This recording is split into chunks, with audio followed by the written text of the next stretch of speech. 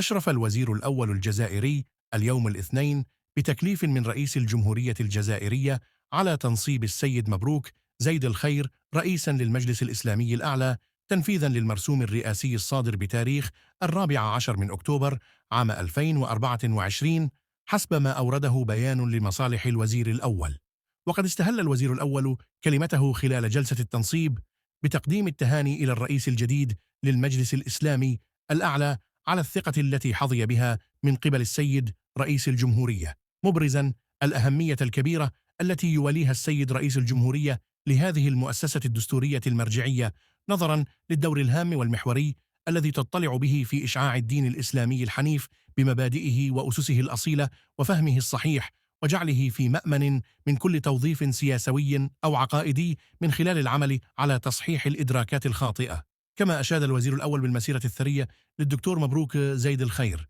باعتباره قيمة وقامة علمية ودينية كرست حياتها للعلم والعمل في المعارف والمؤلفات والعلوم الشرعية. وقد جرت مراسم التنصيب بمقر المجلس الإسلامي الأعلى بحضور السيد محمد مأمون القاسمي الحسني عميد جامع الجزائر ووزير الشؤون الدينية والأوقاف،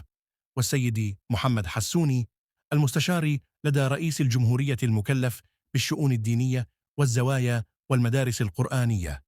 بالإضافة إلى أعضاء المجلس الإسلامي الأعلى وفقاً لنفس المصدر.